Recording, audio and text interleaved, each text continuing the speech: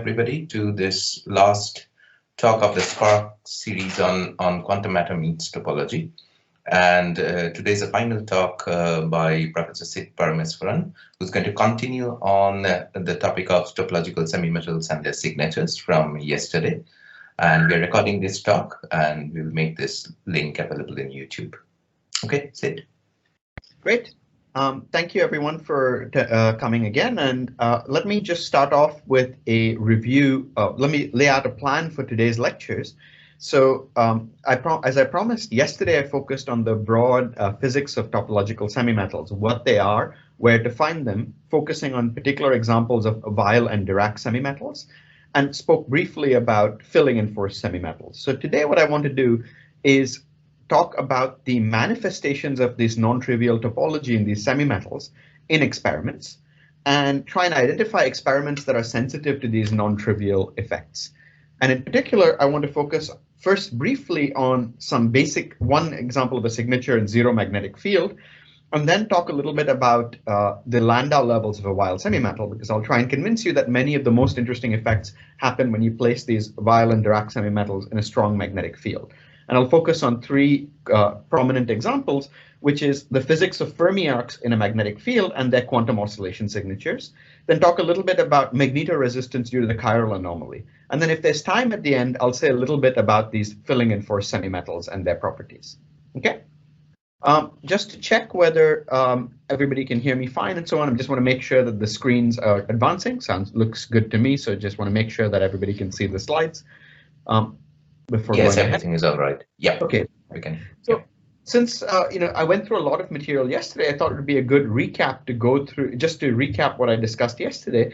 And because what I'm going to focus on is zoom in on the physics of Weil semimetals in some sense as the Heisenberg model of topological semimetals, in the sense that the key effects can be understood in that limit.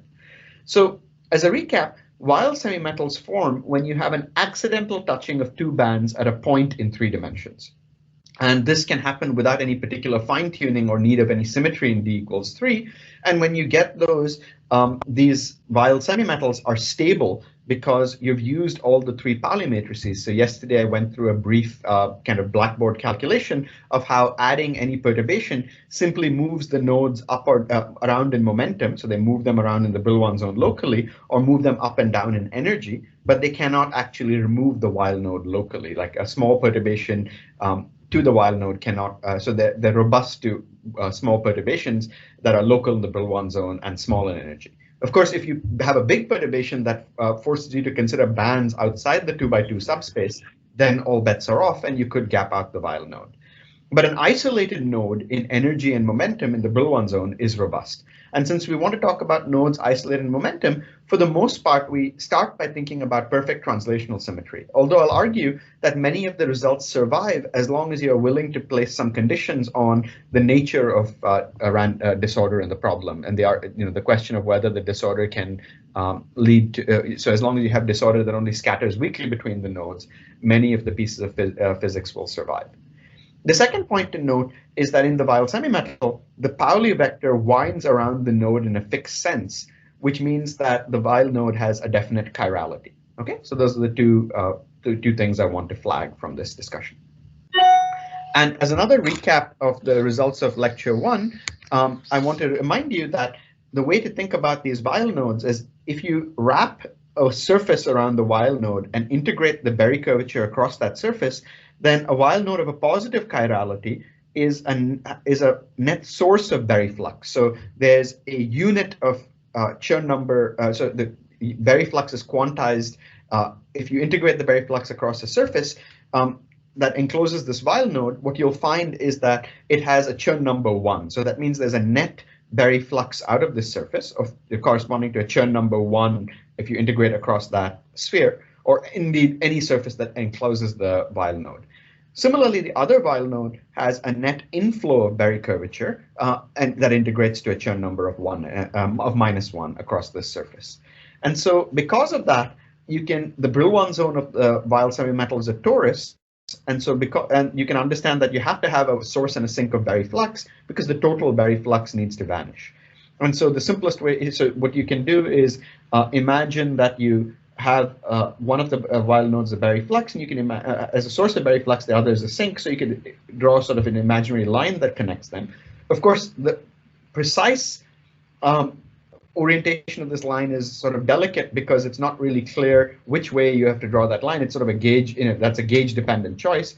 What I mean by drawing a line like this is just saying, if I draw a surface through the Brillouin zone, there's a closed surface like this, and essentially because there's a closed surface through the Brillouin zone, it should either have a Berry curvature across it or not, because of the fact that you can view this as, if you think of the Brillouin zone as a torus, a surface like this effectively encloses one of these and doesn't enclose the other. So the way it can be consistent is if I draw a picture like this, that a Berry flux pierces it, then if I traverse the surface in one direction, it's as though I'm enclosing this one. If I traverse it in the other direction, I'm enclosing this one. And that orientation of the surface tells you whether the Berry flux goes in or out, and that's sort of consistent with this picture. So that's what I mean by drawing these lines.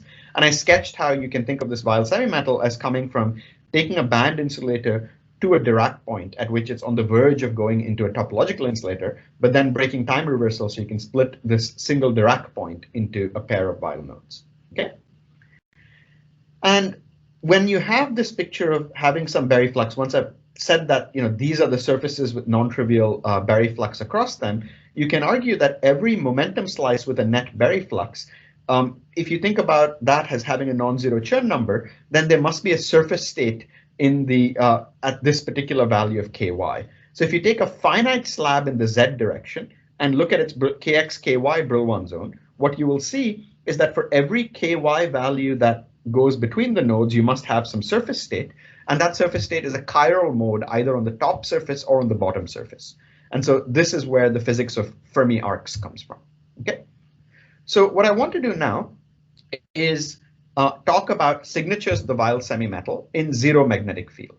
And one signature of the Weyl semimetal in zero magnetic field, if you manage to tune the chemical potential of the Weyl nodes, so if you had no other information, you wanted to say how close did I get to the Weyl nodes, a natural thing you might say is maybe what I want to do is simply take the Weyl semimetal and put it, try and measure its conductivity. And so this is a very coarse measurement. There's a very basic set of experiments that you can do. There were early experiments by the Japanese group of Yanagashima and Maeno, and more recent experiments, I think, done in Iser Mohali. But the actual calculation of this conductivity, you do it by some very complicated quantum Boltzmann calculation in principle. But in fact, there's a very simple power counting argument, basically a power counting argument that you can give for why the resistivity needs to have this sort of particular quantum critical form. So let me try and sketch that argument for you. So I want to calculate the DC conductivity. And I know that there's an Einstein relation for the DC conductivity. It's the charge squared times the diffusion constant. And by the way, since it's a back of the envelope calculation, I've provided my own envelope over here. And then you have some density of states that I care about.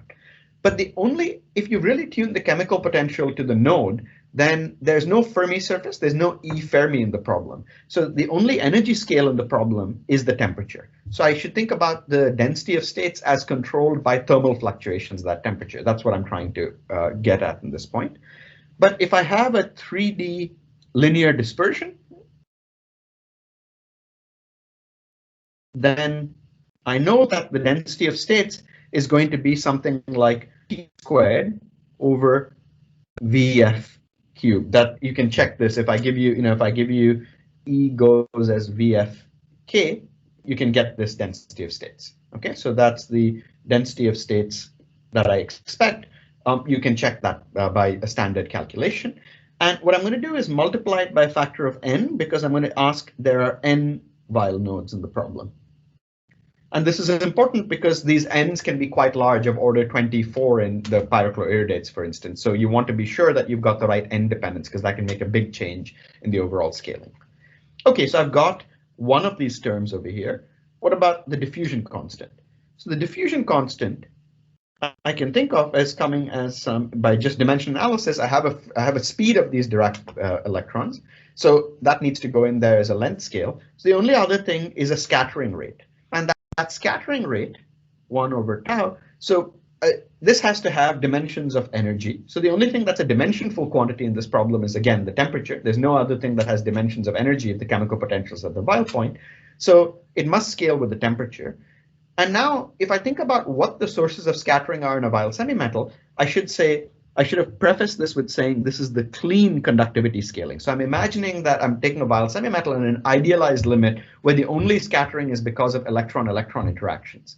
And if I take that limit of the Weil semimetal, then the only scattering is electron-electron interactions, and I know that I should care about the effective fine structure constant, which is a dimensionless quantity. So let me stick in an alpha squared there. That's just some number.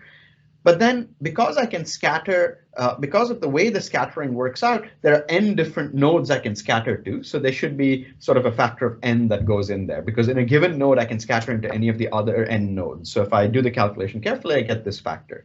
If I put all these in, I get that sigma dc is like e squared, t squared over vf cubed times n times d, so vf squared over t alpha squared n. And so what I get from this is that this is overall going to go as t, which implies that at low temperatures, I should have a diverging power law diverging resistivity.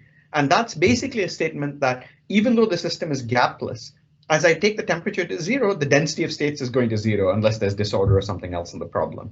The reason I was able to ignore disorder is, technically speaking, perturbatively disorder is irrelevant at the single Weil node, although there are some delicate questions to do with rare region effects that people have thought about, but I won't go into those here. So I get this power law resistivity. Actually, an honest calculation, if you do in this paper, has to remember the fact that alpha squared gets renormalized. And so you get an additional log t corrections.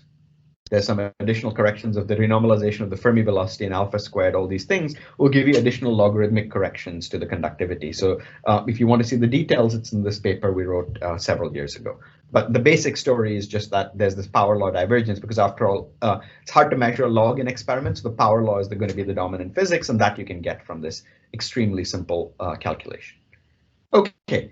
So how does this work compared to experiments? So this is the very nice new experiments done, I think, in the ICER group, if I've got the affiliation correctly. So Prachita Lang and collaborators. And so what they did was, so what I'm showing you here is, this is just a theoretical prediction of what this alpha t would be. This is to get this additional log correction. So you can see that at the temperature, it can actually matter quantitatively to get a perfect fit. But basically, you can see that experiment and theory match pretty well when you take these samples. And so what you see is I'm drawing a solid line through theory. The dots are the data points from the experiment, so you get a reasonable agreement in these bismuth-doped europium iridate single crystals at some weak doping where you're supposed to be in this Weil semimetal regime. So in some sense, this is trying to, I showed you earlier that there were a lot of different iridate materials, and you had to tune to get exactly the Weil semimetal phase, and I proposed to do that by chemical pressure, but you can also sort of do it by doping the system a little bit and tweaking it. And they were able to get pretty good samples, and which seem to be close to the Weil node. So this is a nice example of the experiment.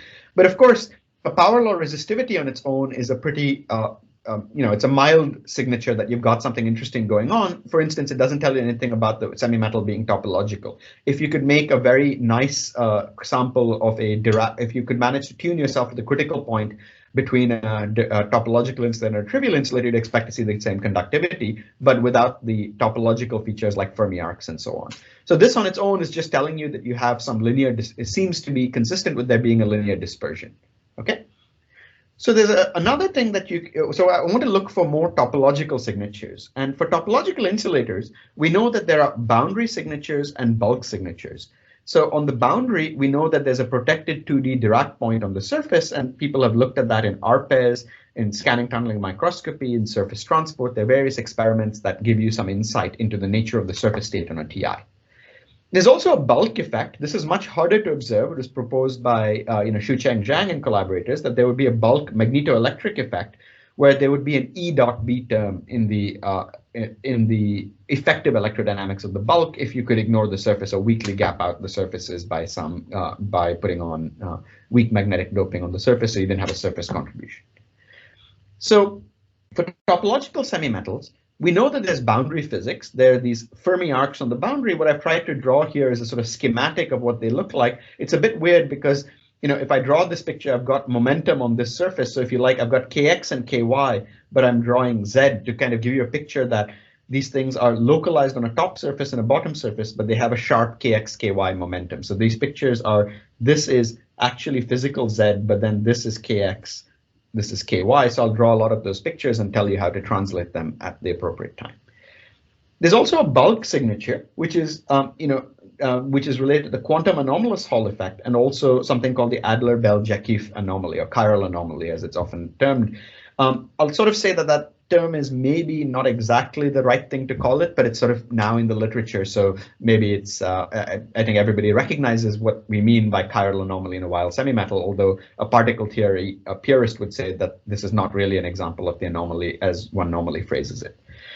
And so what I want to first focus on is an effect, a bulk effect that's there in zero magnetic field in principle, although it's very hard to see in practice. So let me just, but before that, let me just remind you that they're still remaining at zero field. We can look at these Fermi arcs via photoemission. So this was something I flagged up yesterday, that you can look at the Fermi arcs. For instance, here are Fermi arcs on tantalum arsenide. And what you see is these two sets of Fermi arcs. And the key feature is how do you know that this is not a closed Fermi surface?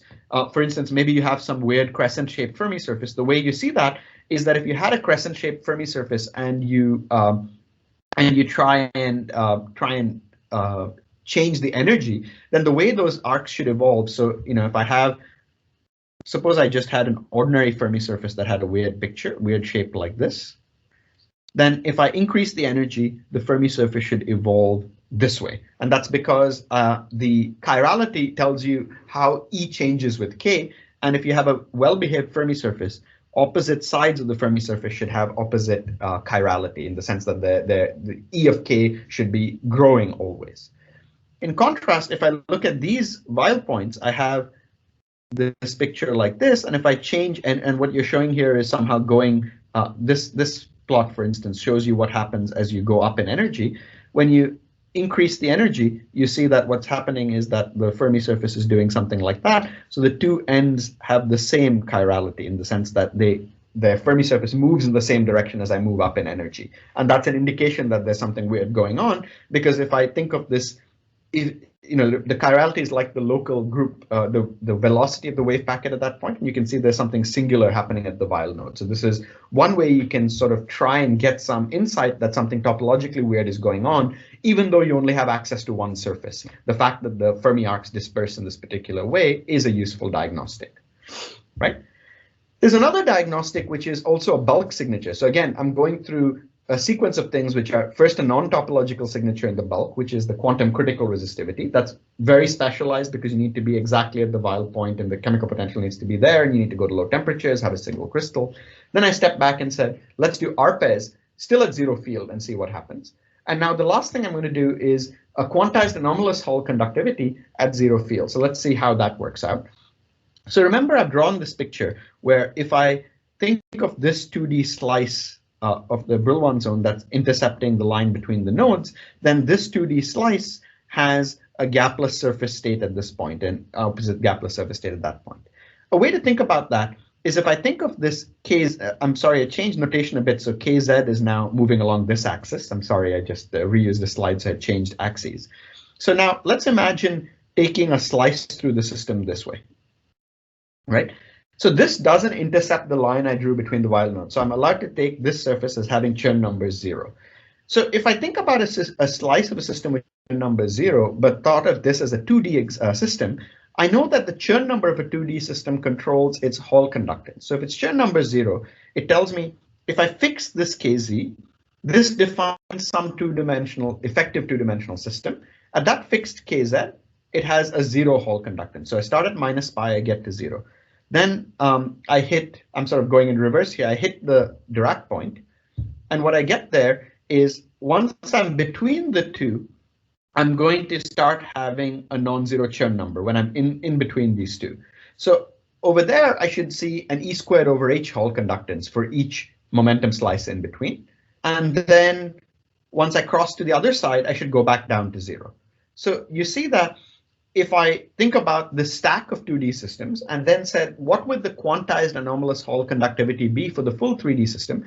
Well, I can just think of taking just integrating this over the Brillouin zone. And what I find is that the 3D Hall conductance is given by E squared over H times the momentum, say, separation between the nodes. You can think of this as, so in one way you can think about this is you could get this Hall conductance.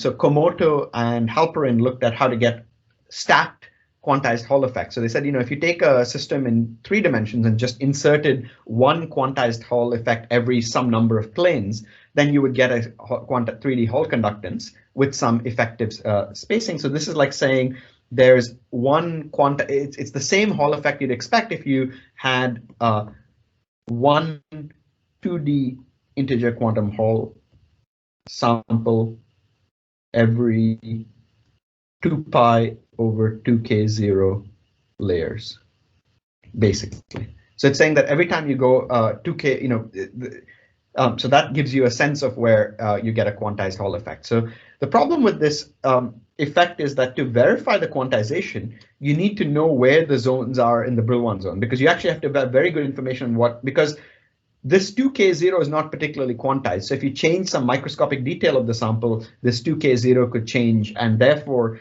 the thing that's really quantized is the ratio of sigma 3d to 2k0, but you need some independent input to measure 2k0, which can be tricky. The other point is that this assumed that there was a 3D Hall conductance. When for instance, you could have a Weyl semimetal that breaks inversion symmetry, and then it can't have a 3D Hall conductance. What happens there is, for instance, if you took an example that broke inversion symmetry, you'd have additional Weyl nodes such that their contributions all add up to 0. And often many crystal symmetries which are present in these Weyl semimetals would actually cancel the effects of the crystal, cancel the effects unless you had to look at the Hall conductance along some very specialized sample orientation or did something else. So this isn't a robust signature in the sense that it needs a second input, and often can be 0 for symmetry reasons. Even though individually there's something topological going on, it's like having a positive and a negative Hall conductance channel that cancel out. So you can't really tell those apart.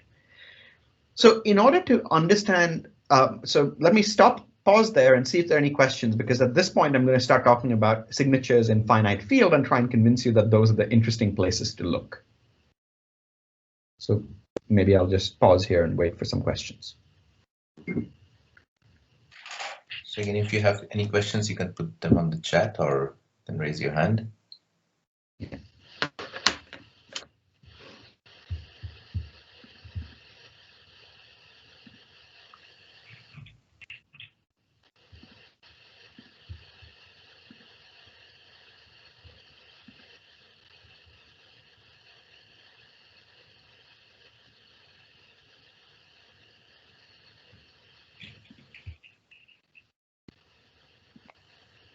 I don't see anything, so shall I go ahead? Yeah, please. Yeah, I don't see any questions now. Great. Okay. So I now want to change gears a bit and sort of talk about a problem of computing the Landau level structure of Weyl semimetal. So I thought this was a useful thing to do on a blackboard. So let me see how well this works. So first, is this size of writing legible? Can people see this if I write in this at this amount of writing? Yeah? Yes, that's visible. Great. So what I have is the Hamiltonian of a Weyl semimetal. So let me just focus on one Weyl node. And measure momenta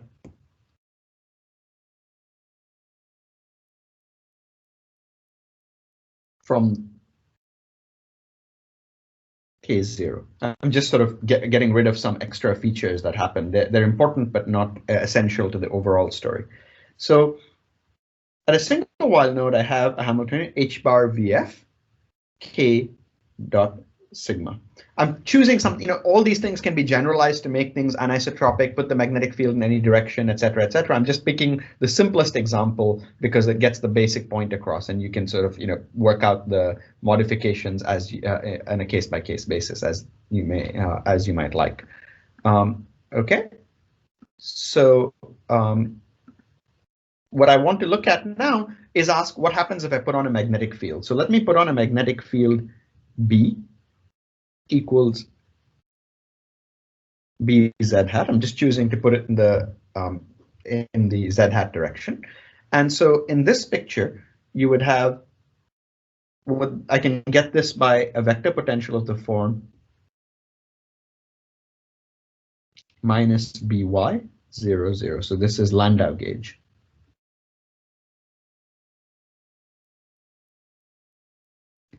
Right?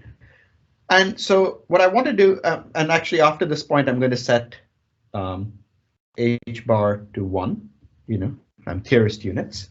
And so then in this language, I know how to put on a magnetic field. So the way I couple a magnetic field is minimal coupling. That says that K goes to K plus EA. So when I do this, my Hamiltonian for the Weyl node becomes the following. So notice that there's no magnetic field in the Z direction. So there won't be any effect here. So I have minus VF KZ. Okay, and now I have a VF KX minus EBY. And actually, I'm also setting C to 1. I'm working in these units.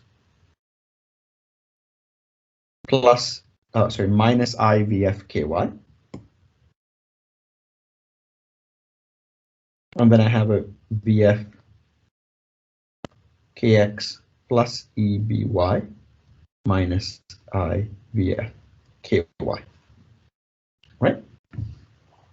So if I look at this problem, I see that Kx is a good quantum number, Kz is a good quantum number, but Ky is not a good quantum number, right? Because I have Y in the problem. And I should view each of the, so what I'm doing here is I'm doing single particle quantum mechanics, but I want to keep this two-band structure, this Dirac structure in there. So what I'm doing is promoting each of these to operators in principle. Right, so these are each individually operators in principle. So Y is an operator, X is an operator, Kx is an operator, etc., etc. Right, so this is what I want to do, but I don't know necessarily how to disentangle this problem on its own. But it turns out that I go back to my understanding of Landau levels, and usual Landau levels I know how to solve. Landau levels. I go to a harmonic oscillator solution.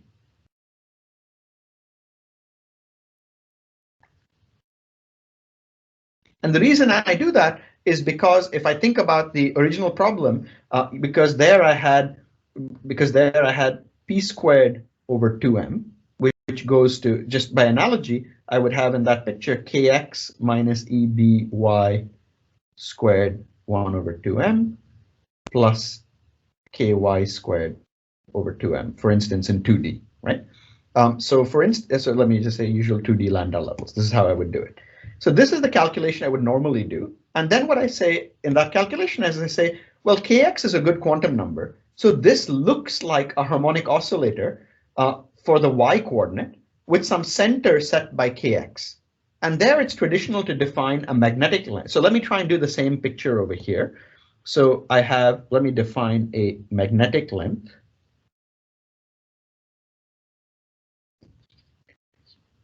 Which is LB, which is 1 over EB. It's really h bar over EB, but I've set h bar to 1. Okay, and if I do it in terms of that, I take the Hamiltonian that I wrote down over here. So let me copy that.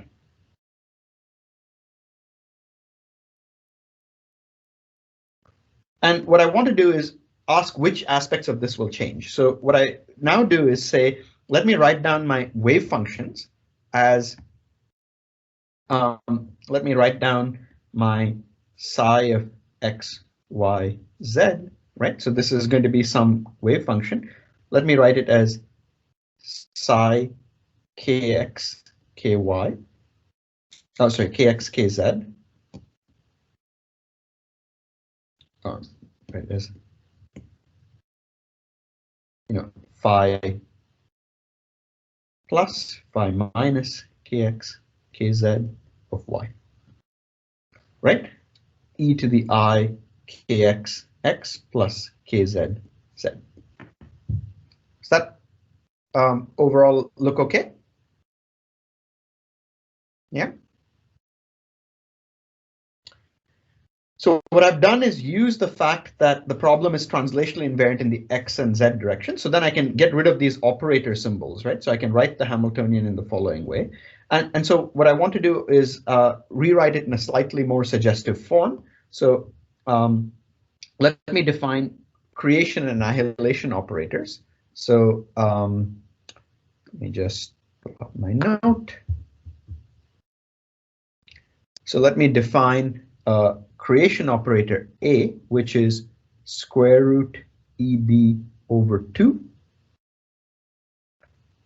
y minus KYLB squared plus 1 over square root 2 EB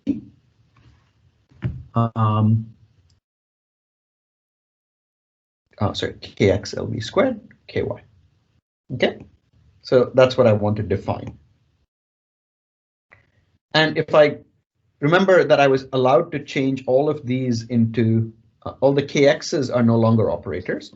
So if I do that and I go and so these are, but the Y's are still operators, you can show that A dagger is 1. So these are harmonic oscillator levels. And so just to give myself a little bit more room, I have basically a problem now just for the Y coordinates. I have the following Hamiltonian.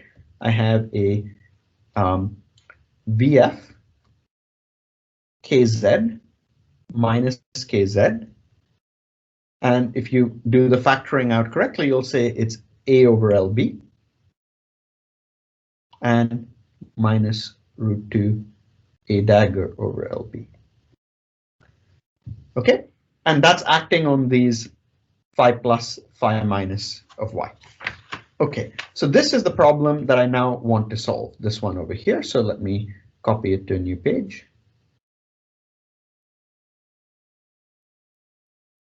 Okay, so how do I solve this problem?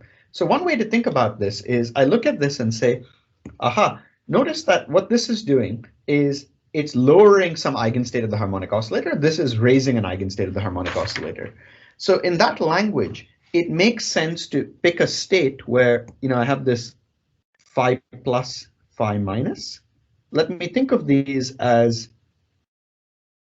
n minus 1, where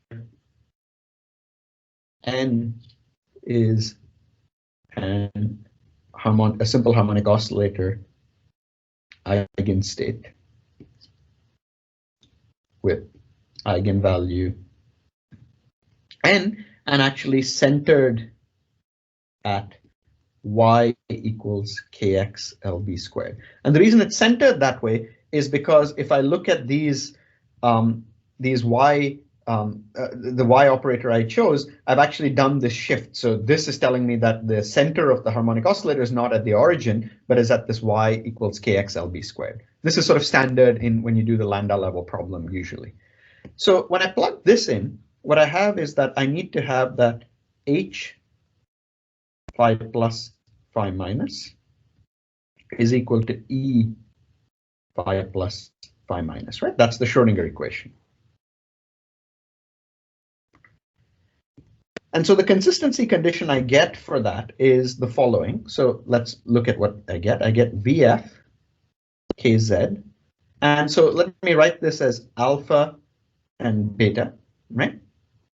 And so what I'll get is that this KZ minus square root 2a over LB, square root 2a dagger over LB minus KZ, alpha n minus 1, beta n. And in fact, because I can pull this over, I can write this as, let me simplify this a little bit, minus root 2 VF, minus root 2 VF, E my, so I can write this as, and I'll just pull this Hamiltonian into this side and write this as E minus VF KZ and E plus VF KZ is equal to 0. Now, I have to be a little bit careful about this. This is very tempting to take a determinant over here, but remember these A's and A daggers are still operators. So before I set, this is not quite in the form when I can write this as a linear expression. So I have to do a little bit more work. So let me do that little bit more work. So I can write this as E minus VF KZ times alpha. So that's fine. I'll pick up an n, that's just the linear term. But notice that A acting on the eigenstate n gives you a plus 2 root 2 VF. A on the eigenstate n gives you a value square root n, and there'll be an over LB here. That came from the coefficient. And this whole thing multiplies n minus 1, and that must be equal to 0. And separately, I have square root 2 VF, square root, again, a dagger acting on n plus 1 gives you also a square root of n over LB, but on alpha, plus E plus VF KZ beta, and this should have been a beta over here, sorry, on the state n equals 0. But since the eigenstates are themselves non-zero, it must be that this must be equal to 0 and this must be equal to 0. So what I end up with is the following expression, pair of equations.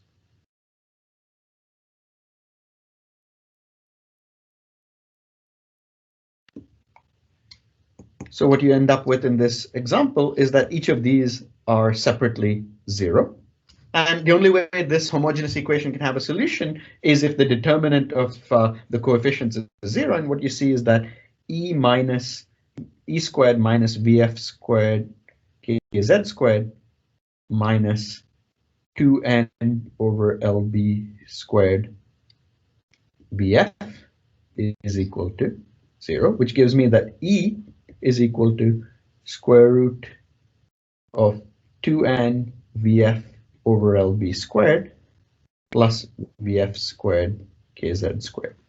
So I'm sorry, this should have been a VF squared here, just because when I square it, I'll get a VF from each of those.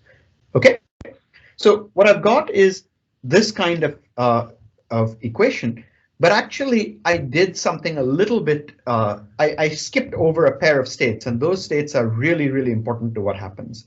So let me just sketch what I get from these states. So what this says is, so the subtlety here is that when n is 0, I have to be a little bit careful, because notice that over here, I have an eigenstate n minus 1. When n is 0, this eigenstate does not make, this term does not make sense.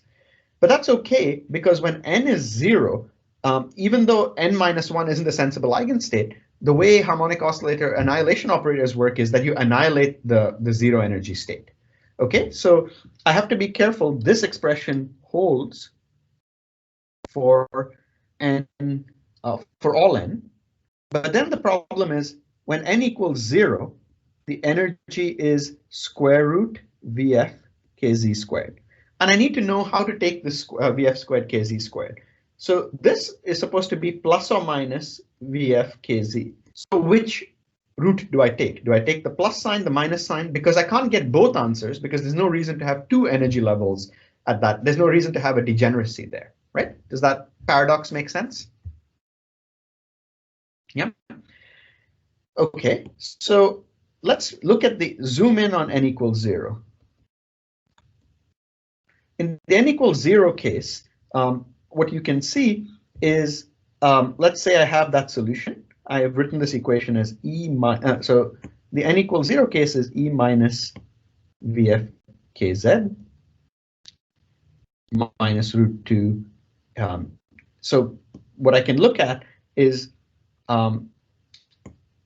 let's look at the equations that I had. My Hamiltonian here was this one. So let me, what I can do is just look at this problem over here. And let's act with this on a state 0. So observe that in this example, this Hamiltonian purely lives in the lower part of the sector. There's no amplitude at the upper half over here, right? So you can see that this is a valid eigenstate because this is just VF. Okay, so what would I get? The first term is 0. The annihilation operator annihilates this, so I'm happy with that. In this case, I get the recreation operator acts on 0, so I don't get anything. So I just get a minus VF KZ on this eigenstate. So this tells me that of these two, I should have picked the minus sign over here. The minus sign is the correct eigenstate to pick. Okay, but you can see that if I had the opposite chirality of a Weil semimetal, where my Hamiltonian was instead H is equal to, for one way of getting the opposite chirality is to do VF Kx sigma x plus Ky sigma y plus minus Kz sigma z, then I would get the plus sign over here. So what you see when you get this Weil semimetal solution is that you're going to get a mode where the n equals 0 level disperses in two opposite directions. Notice for all the other values, you don't have a problem because you can take both the positive and negative square roots, and that's because they're particle states and whole states. So your energy here should be plus or minus, except for n equals 0, because there's not actually two states there. So you have to be a little bit careful. So the result of this is that you get the following picture for the lambda level structure of a Weil semimetal. So let me just summarize. So what you have now is the lambda level structure of the Weil semimetal.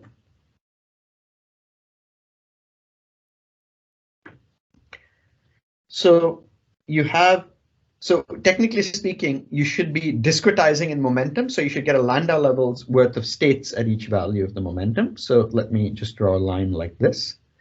Okay, so this is my Kz, which is a good quantum number.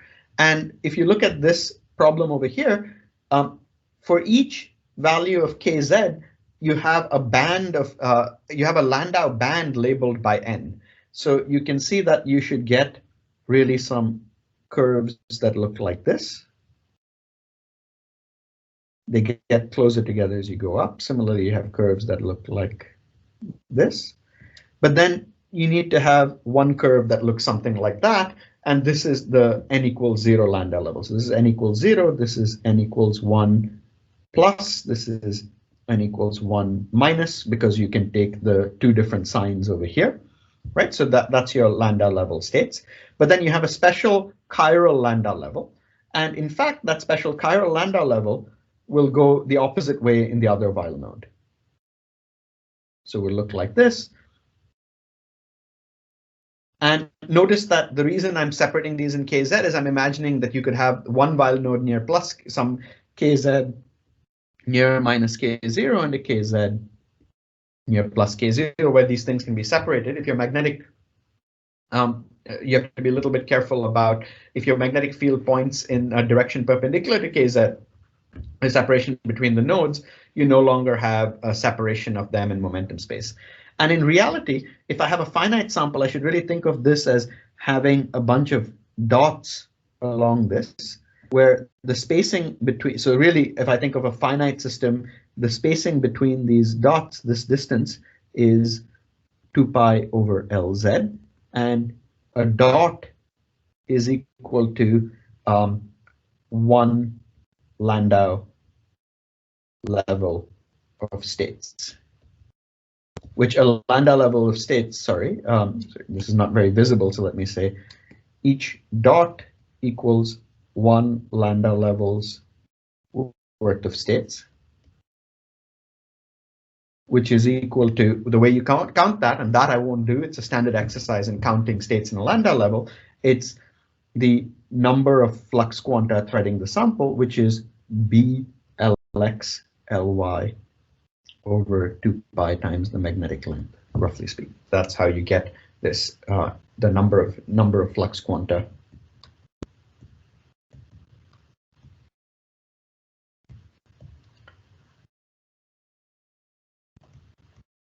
And if you think about this quantity, this is an extensive degeneracy. Okay, so this was a bit of a digression. I went through these steps because I wanted to go through carefully the actual construct, because often people just present this without explanation. So I wanted to go through the details of how one gets the lambda level structure of a vial semimetal. So, and as I said, like as in the plan for yesterday's lecture, I think this is a good place to pause, because what I'm going to now do is take this ideas of this lambda level structure and explore the consequences of it for the experiments. And so maybe we'll stop there and see if there are questions at this stage. So again, I guess put them in the chat.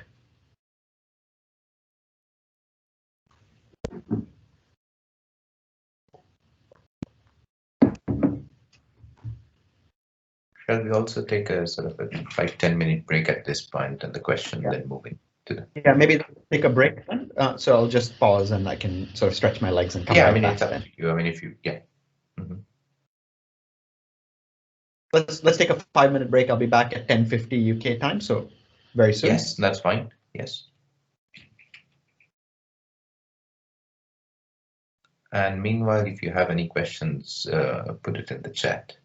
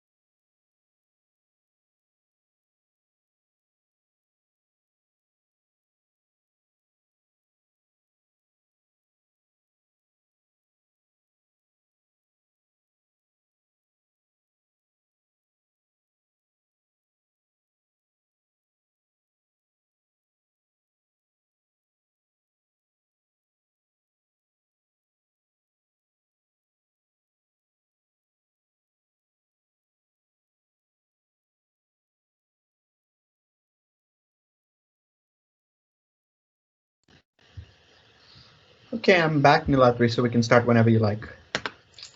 Yes, I don't see any questions right now. So maybe we can start with the maybe next one. So, okay, people are happy to for me to go ahead then. Okay, so one thing to look at in this in these orbits is to think a little bit about what happens if you think about. So one, you have to always be cautious when you start taking a finite system, because if you take a finite system, you of course have to worry about the fact that in any finite system you can't really use momentum space, and so you have to worry about the fact that there are states that go in the opposite direction and so on. But if you think about what's happening, and if I take a system that is finite in the, so let's imagine that I have two Weyl points. So I'm going to imagine the Weyl points are separated in the kx direction. I put on a magnetic field. So the key thing is to remember that in those systems, if you think about what's happening, as long as I have a Weyl node of a certain chirality, notice that the state in this node is always moving in the direction parallel to the field, and the state here is moving in the direction anti-parallel to the field. That's the direction of its velocity. So if I'm over here, I have a velocity that I'm moving up, and over here I have a velocity that's moving down with respect to the field. So in an infinite system, this doesn't matter because periodic boundary conditions wrap on top of you. But in a finite system, if you keep moving up, eventually you'll hit the surface. And at the surface, there are two things that you can do. You can reflect back into the node, or you can keep moving. But technically speaking, even if I imagine a Landau level state here, so let's imagine that the Weyl nodes themselves. So what I'm going to do is, so I want to think about the magnetic field. So I drew this picture like this, but in fact, let me now imagine that I have a system that looks in the following picture. So my nodes are separated. Actually, let me just draw a brand new picture on the new page. So let's imagine I have a 3D system that looks like this. Okay. This is now the Z direction. I'm putting on the magnetic field along Z. So B is parallel to Z. This is finite. And my two nodes are, let's say, separated by, there are two nodes here. So let's work in a coordinate system where Kx, Ky, Kz. So my two nodes are separated in Kx. And I'll remind you that if I'm sitting over here, the node in the Landau level structure looks like this, right? So, and in fact, once I've drawn this picture I've drawn over here, my magnetic field is in the same direction as Z, but the nodes are separated along the x direction. So in that language, one has to be a little bit careful about how you draw the this picture. Remember here, I drew them as separated because one node, all its physics was happening near kz equals minus k0, and the other one is kz equals plus k0. But here, notice that on my picture, both the nodes are at, I'm imagining the nodes are not separated in kz, they're both at kz equals 0. So in that language, in that coordinate system, you'll find that the structure looks something like this, from one of the nodes, and actually there'll be a second copy from the other node because you can't distinguish them based on their location anymore. That's partly because the Landau level degeneracy has, the magnetic field is in this direction. If the magnetic field points in the Z direction, then X and Kx and Ky start to merge, but I can still use the fact that, remember that Kx is still a good quantum number, so they're separate in the Kx direction. So that still means that there's a quantum number that distinguishes the nodes, so they won't scatter into each other. States in this node are near one value of Kx, and state in that node are near another value of Kx. So what you have is a picture that looks something like this. So the color is saying yellow is stuff near Kx of order K0, and white is like Kx near minus K0. But they're over. Yeah. Sorry, Sid, one quick clarification. Is that the Z physical Z direction, or are we looking at the KZ? This is physical Z, but I'm just trying to imagine before I go to physical Z. Let me write as Z, KZ. I want to write down what happens, because the point is that in order to call something a periodic direction, I'm putting on a magnetic field in Z. And so since the magnetic field points around Z, I can make this periodic without any physical issue, if you like, as a theorist. right? Because the magnetic field is just a flux line, so I can just put that loop and close in on itself. Of course, I'm going to look at the finite sample, but I just want to look at what the lambda levels looked like before I broke the sample open and looked at the surfaces. Is that Right. conceptually clear? Yeah. And this Okay. stops me from doing this because the magnetic field hasn't broken translational invariance in the z direction, so it's consistent with putting on periodic boundary conditions, which I need to draw this picture. But the crucial thing is, how do I go from a picture like this of periodic boundary conditions with a magnetic flux along the Z loop to open boundary conditions with the surface?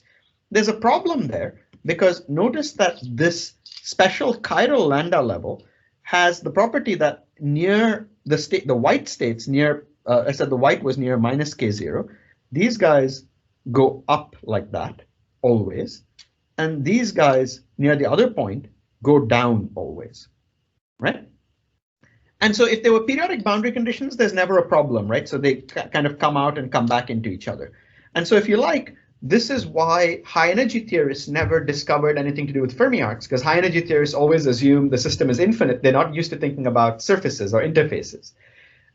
Condensed matter, you can either think about periodic boundary conditions, but if you want to think about an experimental sample, you have to ask what happens to the state.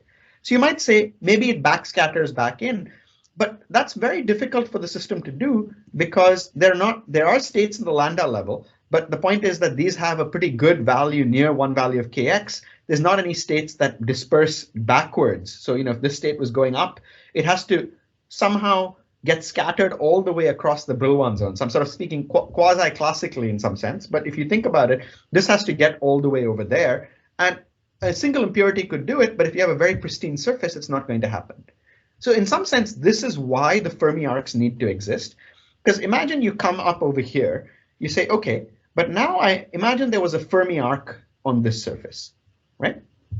Now, if I think of what's happening on the Fermi arc, the velocity of the electron points that way, the magnetic field points that way, and I know that k dot is equal to V cross B, right?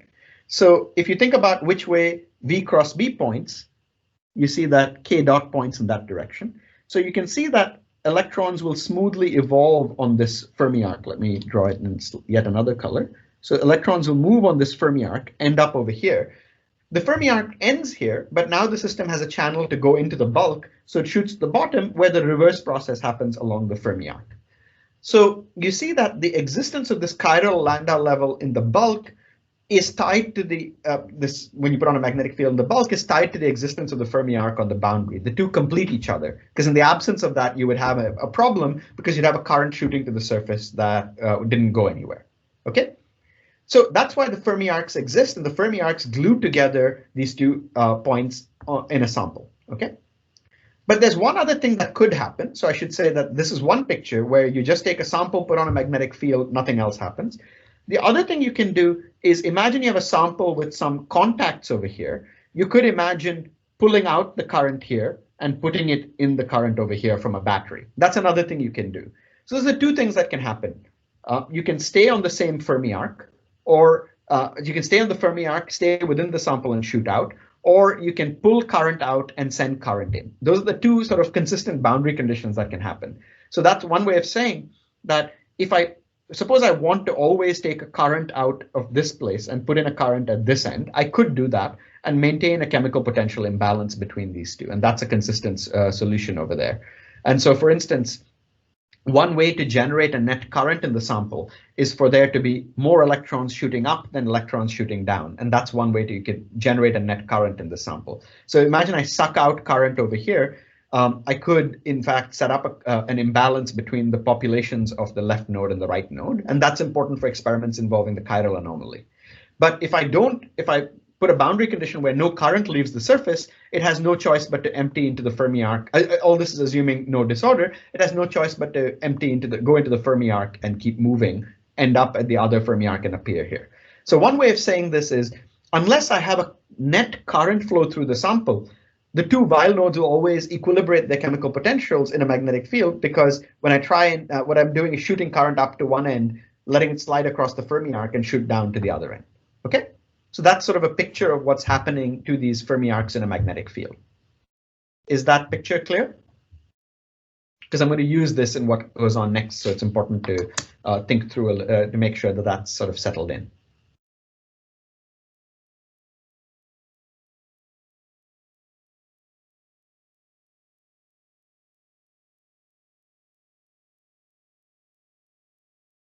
Okay. So what hope I've convinced you is that on these Fermi arcs, there's an orbit that involves. So I'm sorry, I stole this slide from my colleague Andrew Potter, so he's used yet another coordinate system. But the important thing is you see that there is an orbit where electrons move vertically parallel to the magnetic field, hit the surface, then undergo drift motion on the Fermi arc, end up at the other node, and shoot back down. So they have this motion where they shoot up, drift, shoot down, drift. So you have an orbit over here. And you can sort of get a sense for that orbit because you can see that that orbit has two contributions. So you can see that if this distance is L, it takes time L over VF, L over VF. And then on this period, it takes a time which is the length scale of the arc over EB, because that's the velocity, that's the Lorentz force velocity that you get. So you see that the time of the orbit is 2 L over VF plus K arc over EB. And so you can semi-classically quantize by saying that the energy of an orbit is 2 pi n over t. That's how semi-classical quantization works. And so you get that there's an orbit which has this particular type of, that has a dependence, pi over L over VF plus K arc over VB type behavior, over EB type dependence. And the crucial thing here, let me clean this up.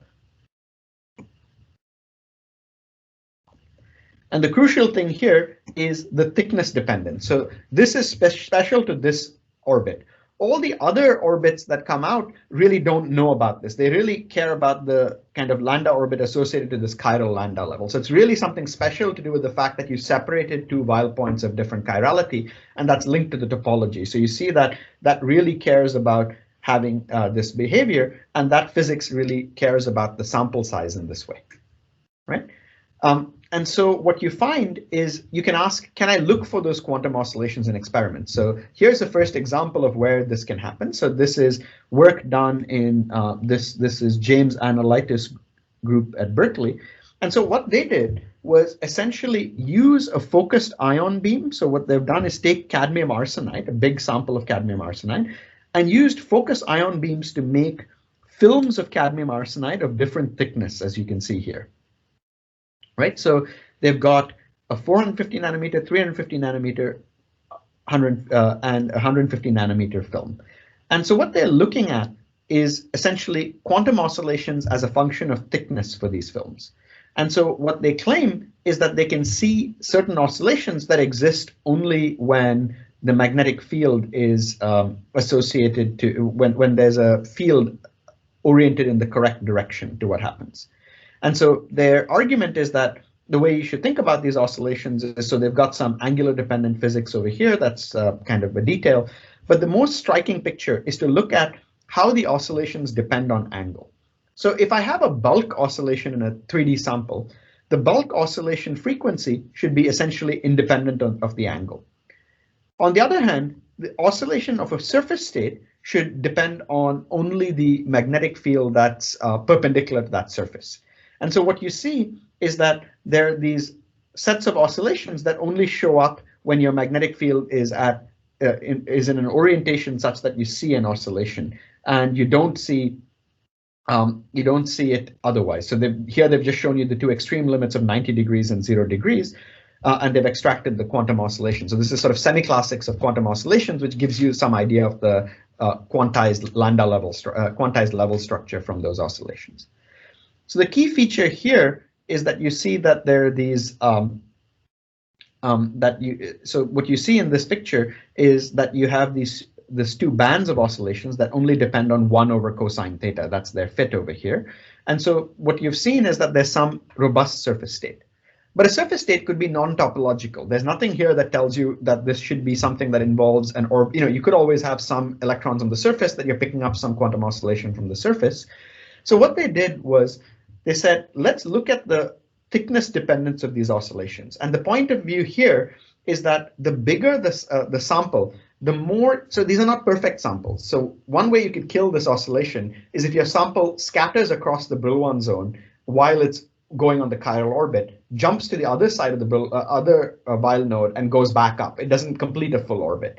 So that means that the longer you make the sample, you should see that, in any realistic system, you should see that the surface amplitude gets massively suppressed as you increase the thickness, because it's less and less likely that you'll see this quantized orbit. Another way of saying it is that the frequency of the orbit gets smaller, and it's not a low frequency physics anymore. You're sensitive to, you need to be robust against scattering for longer and longer. So it means that you'll have more and more detrimental effects of disorder as you make the sample thicker and thicker. And that's related to the fact that the period of this orbit depends on, it gets bigger and bigger as the sample gets thicker and thicker, which means in order for it to be coherent, you need the scattering, you're putting in more and more of a restriction on the scattering time as it gets bigger and bigger.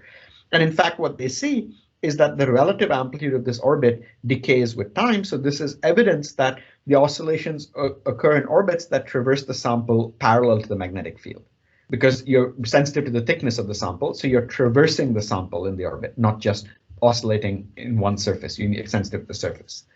The other thing they did, which was very clever, was basically to construct two different types of samples, a rectangular sample and a triangular sample.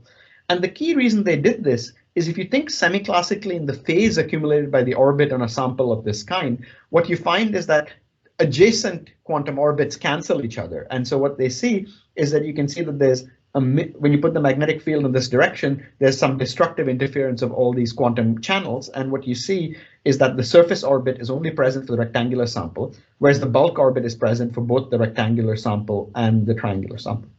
That's the statement that the red curve does not have a peak at this frequency. Okay.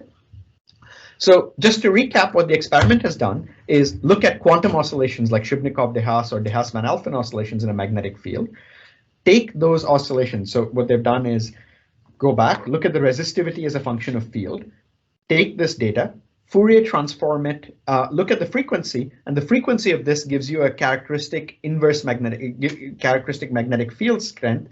And what you see is that orbits will be periodic in 1 over the magnetic field, with a frequency set by 1 over by these magnetic field scales. So that's where the periodicity of the orbit comes from. So the frequency is set by the magnetic field, and that's telling you something about the underlying Fermi surface. So they see a surface orbit, what they claim is a surface orbit. They diagnose that by observing that it has angular dependence consistent with only depending on the magnetic field perpendicular to the surface of the sample and not the overall magnitude of the magnetic field. That tells them that this is a surface contribution rather than a bulk contribution. The second thing that they do is check that as they increase the thickness, there's a suppression of the orbits. And so there's that physics flagged over here. So they have the suppression of the orbits over in this picture. Sorry, for some reason my pen isn't working very well. Yeah.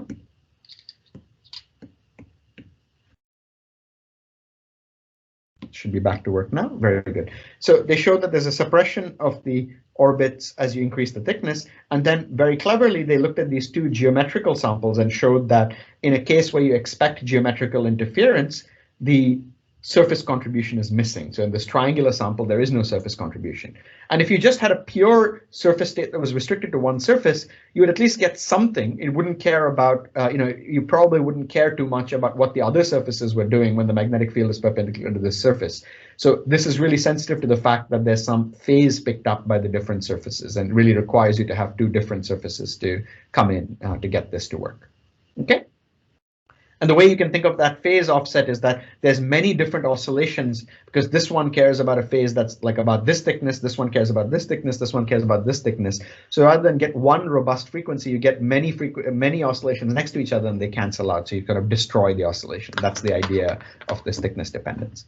So that's the first experiment that seems to suggest that there's this robust quantum oscillation on Fermi arcs on the surface.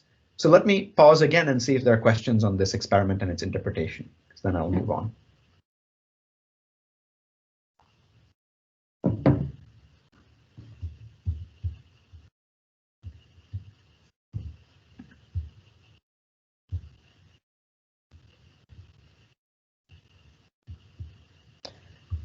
Niladri, are people allowed to unmute themselves? I'm not quite sure. So maybe there are questions that I'm not seeing or something. Yeah, not sure. People are not allowed, but if there is hands, we can I see. unmute.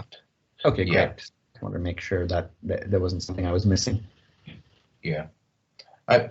One thing, I have a quick question regarding this. Do they comment on any damage from the FIB? Because 150 nanometer that you show, it looks quite thin.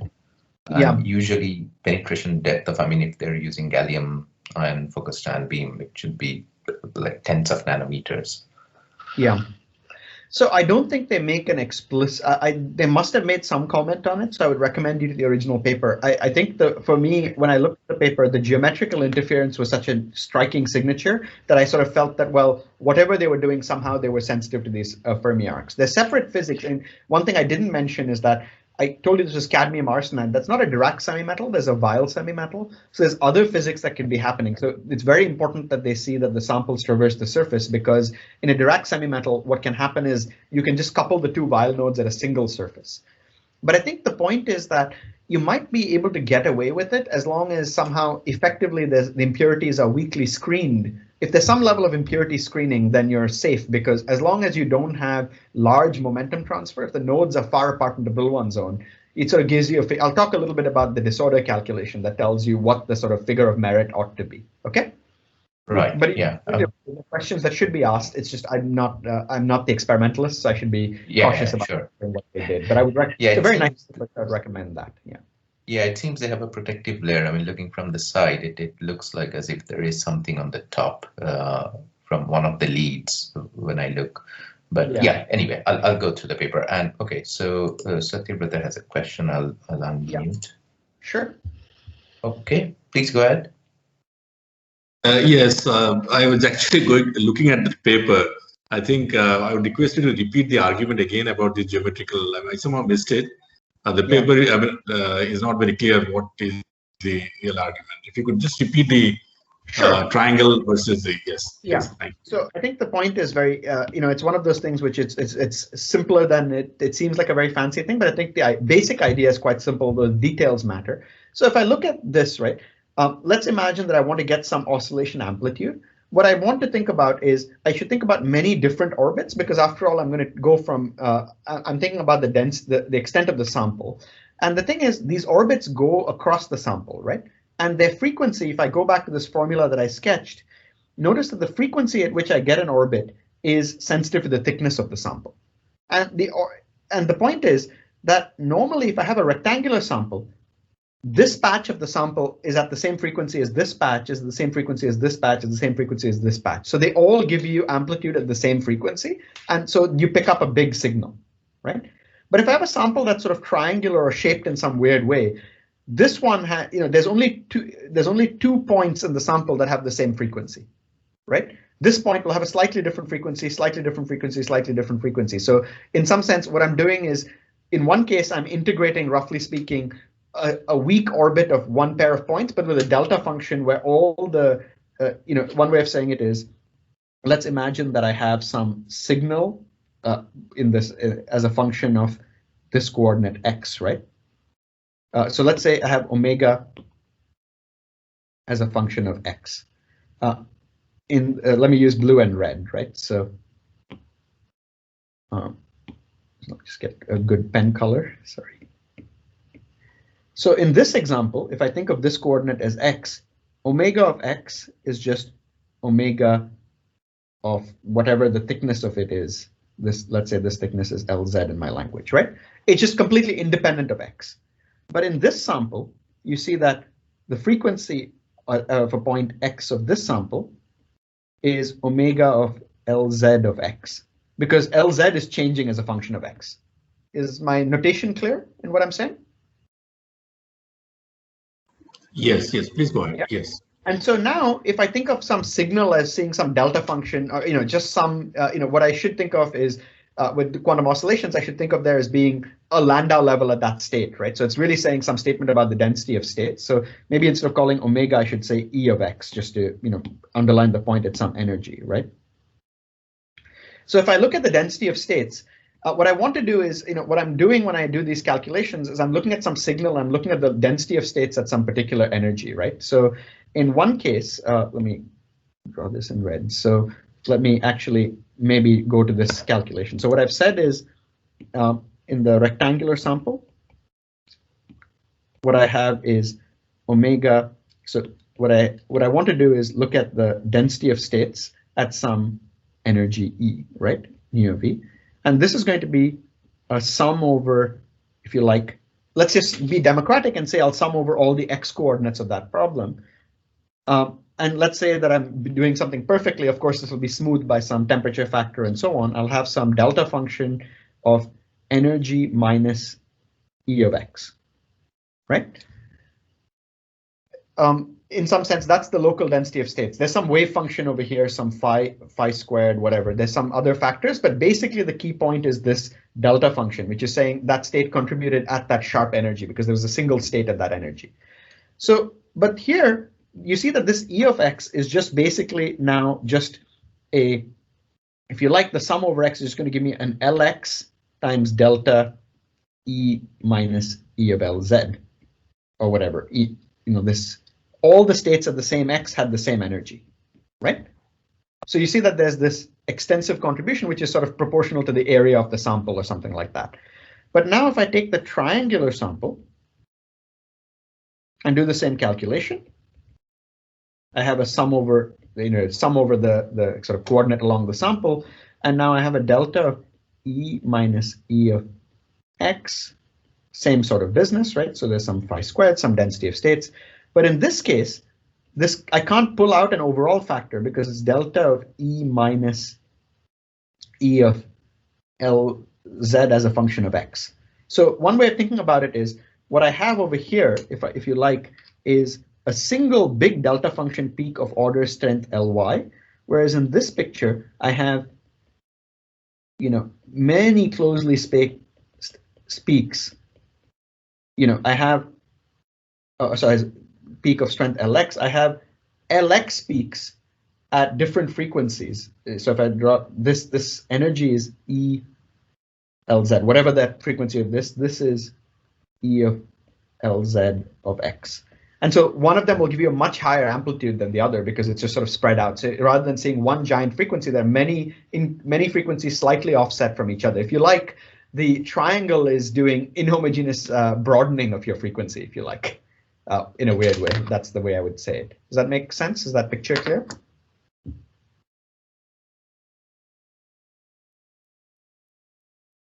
Sorry, were you muted perhaps? Sorry, I just wanted to see if that makes sense. Yes, thank you.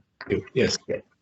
So it's just really think of it as my way, at least in some sense, I have to say that I read the paper a long time ago, and this is how I understood it. Maybe they would say something differently. To me, this was the simplest way of understanding that effect, is just thinking of it as spreading, rather than having one peak at a sharp frequency, you kind of broaden that peak into many distinct frequencies, and therefore you'll see a much lower signal because you have to, instead of getting a big amplitude where all of them are coherently responding, each of them is responding slightly differently.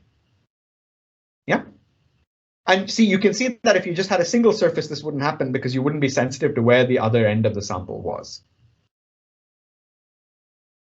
Okay, thanks for that. It's a very good question. So, okay, so there's other things you can do based on the fact that you have these richer orbits. So let me correct my spelling mistake in real time.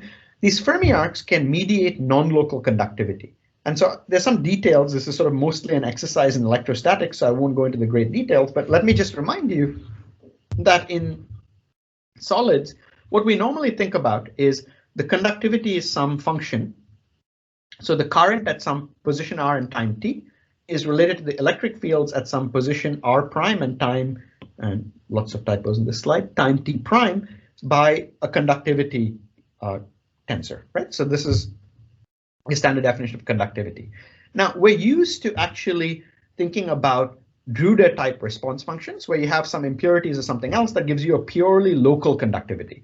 So normally we write, without thinking about it, we write J equals sigma E, right? But that's actually not really true. You have to make some, special assertions for J equals sigma E to be true. This is the true statement, of conductivity, because what you have to say is that in principle, there can be non-local effects. And in fact, if you really have a perfect metal, then you really have to worry because, I put on a current over here, the electron moves ballistically somewhere else. So you do need to worry about non-local kernels. Similarly, in superconductivity, famously in type 1 superconductors, you have to work with non-local kernels. It's sort of known as the Pipard kernel in superconductivity. So one has to be generically worried about the fact that this can be non-local, but usually you get away from it by saying, but the electron scatters and equilibrates on a very short time scale. So this should really be a delta function. Whatever its temporal behavior is, it should be a delta function in space, because things don't move ballistically over a large region. Well, that can be true, but once you have some kind of protected Fermi arc orbit, you might have to worry, because you say, well, I put an electron over here and it starts moving. And so let's say, and I think again, this arrow should have been the other way. I put the electron over here and it starts moving. Where is it going to scatter to, right? So it can't really, so this electron is moving on the Fermi arc. Sorry, fixed it in real time. So where is this going to scatter to? Well, it has to move on the Fermi arc, because in the bulk, it has no states to backscatter. Even if I put on an impurity, unless it's a very big impurity, like a weak impurity, has to scatter me all the way across the Brillouin zone. And it can't really do that if the impurity scale is small and the impurity is relatively smooth. So an impurity can't do very much inside to a state over here, because it's chiral. It's moving in one direction. There's no state to backscatter into. So these states, because they can't backscatter, if I put on a charge over here, it has to be transported to the bottom surface. So in some sense, these chiral channels are giving you some kind of protected communication between the top and the bottom. And because there's no scattering, it's very difficult to ascribe any kind of local conductivity to them.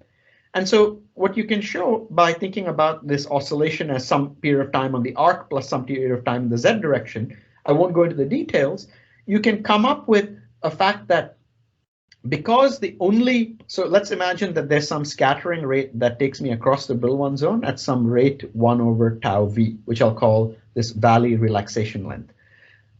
On scales short compared to that time scale, and I'll try and convince you for reasonable disorder the time scale can be very long, it basically says there has to be a non-local conductivity on those time scales. It can't really relax across the Brillouin zone, so really effects on the top surface will propagate coherently to the bottom surface. So I have to take this sigma 0L.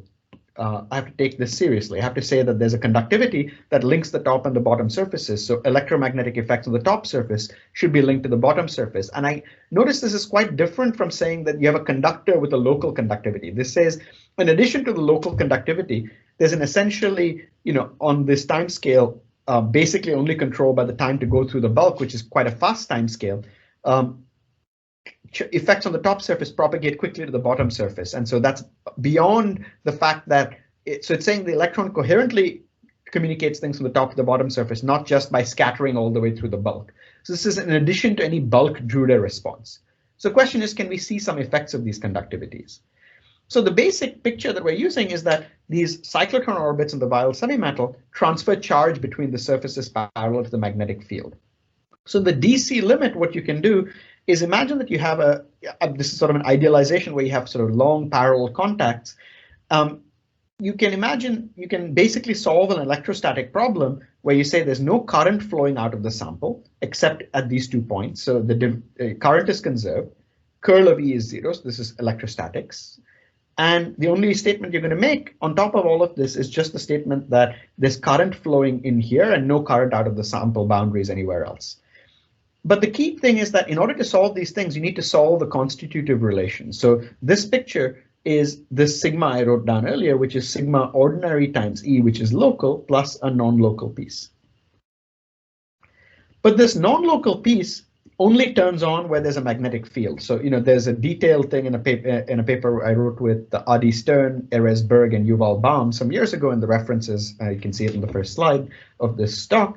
But what you see, so what I'm drawing here is it's convenient because essentially the problem can be reduced to 2D in the XZ plane.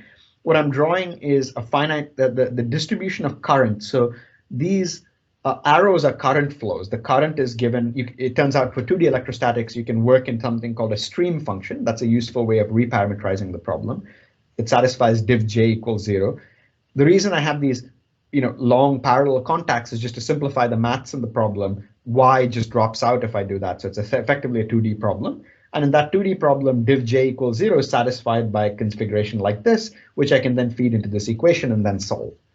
If I do that, what I've shown you here is if I throw away the non-local piece in 0 field, you see that very quickly your electric fields don't penetrate deep into the sample. We're familiar with this because we know that in a metal, the electric field should quickly go to 0 away from any sample boundary. So if I put on current into the sample, you see that there's sort of a local relationship between the current and the field.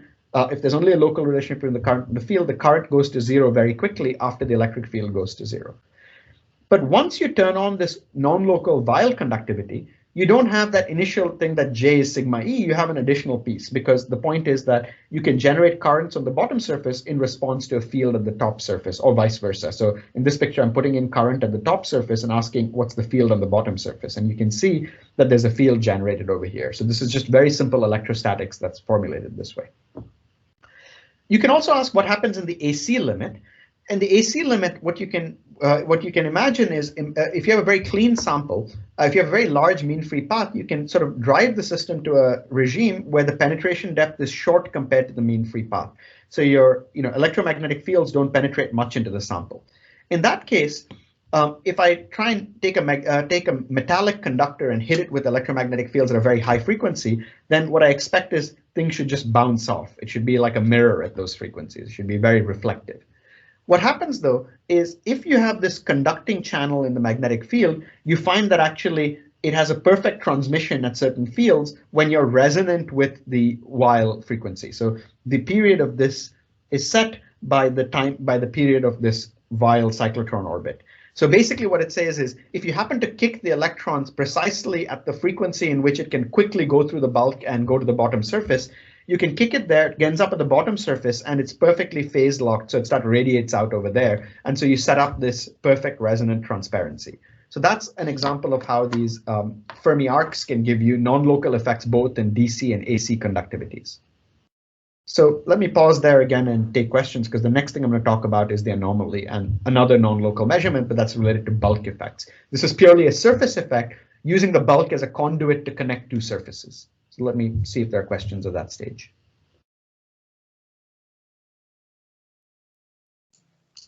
Sid, one quick question. Yeah. Oh, there is one question. We'll take it. I'll quickly ask this. This paper that we have been discussing, the Nature paper, I was wondering that if there is a critical thickness beyond which you would not be seeing the effects of the surface. So as a point of principle, I don't think there's a strict critical thickness. As a point of practice, there's because there's no critical point. There's not a phase transition as I increase the thickness, but there's probably a thickness beyond which the signal gets so small that you don't observe it. And that's this exponential decay. If it's too big, you have just more room for scattering. So there is probably in practice, you don't want to do it for too thick a film. Yeah, right. But there isn't a physical reason I don't see for a critical thickness in the sense of a phase transition. No, then I don't see one. Okay. We have a question in the chat from Vishal. Are Landau levels equally spaced as a function of external magnetic field in Weyl semimetals? It's not sure. No, so they're not equally spaced as a function of field. If you go back, and it's a very good question. If you go back, you can see that spacing in the calculation that I did over here. So let's look at this formula. Let me see if I can add another slide over here. So let me just tag it so that for later use. It's a very good question. So if I look at the Landau level spacing, I have this E is proportional to square root of 2n LB squared over EB, right? Plus VF KZ squared. So it's clear that the KZ doesn't do anything to the spacing, just an overall offset. So let me just fix at KZ equals 0. Because you're asking only as a function of field, so it's okay, I can pick some KZ and do it, right? So if I throw away this term, my E is basically proportional to, and I'm ignoring the sign, I'm just looking at the values, 2n, VF squared over LB squared, over LB, right? LB squared. But remember, LB squared was H bar over EB, I think actually I might have misspoken in my definition of LB. This is LB squared is 1 over EB. H bar is 1, so this is 1 in my units. So you see that this is 2n VF squared EB. So you see that these are square root of B spaced fields. So it means that, that's why when I drew this picture of the Landau levels of the Weil semimetal, I was trying to say these things shrink as you go up. They go as square root of n, the spacing. So the spacing, is this behavior. Does that answer your question? So it's more like the Dirac dispersion. So you still remember the Dirac dispersion, which is square root of B. Great, thanks. Thanks for the question. It's a good one. Okay. Okay, are there other questions? I don't see anything in the chat right now. Fantastic. Okay, so for the last bit, let me focus on another signature of Weil semimetals, which goes by the name of the Adler-Bell-Jekyll anomaly. So this was something that was proposed by particle physics years ago. So, I'm going to frame it in the condensed matter setting. So it turns out that if you take a single Weil fermion, so let's actually go back to this picture that I had. Let's imagine I have this Landau level structure, right? So I have a single Weil fermion, right? Remember that we said that this is KZ, this axis. Now, this was B parallel to Z. So now let me imagine I put on an E parallel to B, which means it's EZ. So remember, again, from the semi-classical equations, we know that KZ dot is just going to be E dot then. Sorry, it's going to be E, proportional to E. Is right? Is that clear? So let's imagine now that I park my chemical potential at the Weil node and see what happens. If I do this, there's a bit of a problem because what's happening is that, so I have to, KZ dot is proportional to E. So every electron in a semi-classical orbit is trying to increase its KZ with an electric field. So what that means for me is that this electron is going to go like that, go like that, go like that, go like that. That's fine. I don't really care. Nothing happens at the Fermi energy. But this electron is going to try and increase its KZ value. It's going to go to the next KZ state. That's what semi-classics does, which means it's got to push the chemical potential. So if I'm a high energy physicist, I'm very, very suspicious because what looks like I'm happening is I'm creating particles from nowhere. This is why people call this an anomaly, because what I've got is somehow a single Weil fermion. If I put on electric and magnetic fields, you see that it seems as though I pair create out of nothing. And so particle physicists love to draw this diagram, which, if you did your Peskin and Schroeder and you did this calculation for a Weil fermion, you would get the same effect. What this diagram is saying, you have a current, you have an electric field and a magnetic field. And what you find is that d mu, j mu, let me call this right, is proportional to plus E dot B. There's some universal coefficient in front. And the E dot B is just saying the electric field is parallel to the magnetic field, it only cares about that bit. Similarly, if you had the right-handed Weil fermion, you'd find J mu left is proportional to minus E dot B. Now, high energy physicists, with good reason, don't like it when charge isn't conserved. So they usually say, well, Weil fermions will always appear in pairs. And so they said, we've solved the problem because every time you have a right-handed one, there'll be a left-handed one somewhere. And so the lack of conservation of one of them with a positive sign is taken care of by the lack of conservation of the other with the negative signs. The two things cancel. The problem with that, though, is that if you have a pair of these guys, you could ask, suppose this right and the left, you could say, what I've done is say that J mu right plus J mu left are conserved, which is great. But then immediately you see that the reason this is conserved is that if you try and, the reason this works is because d mu, j mu right, may be consistent and put this as a lowered index, plus j mu left equals 0. But this automatically implies that d mu, j mu right is equal to minus d mu, j mu left. And if any one of these is individually non-zero, it tells you that j mu right minus j mu left is not conserved. Right? So this is sort of, in a nutshell, where the chiral anomaly comes from. So this seems very mysterious in high energy physics, mostly because of the fact that in high energy, you want your field theory not to have some, you're generally nervous about having ultraviolet cutoffs. So in high energy, this dispersion goes all the way to infinity and minus infinity. Of course, in condensed matter physics, you have a Brillouin zone, which means that you cannot have a single chiral level like this in a Brillouin zone because the dispersion has to be periodic in the Brillouin zone. Kz is a periodic variable. So what saves you in condensed matter is that you have another, you sort of have to turn over, and you have another Weil node of the opposite chirality coming in to rescue you.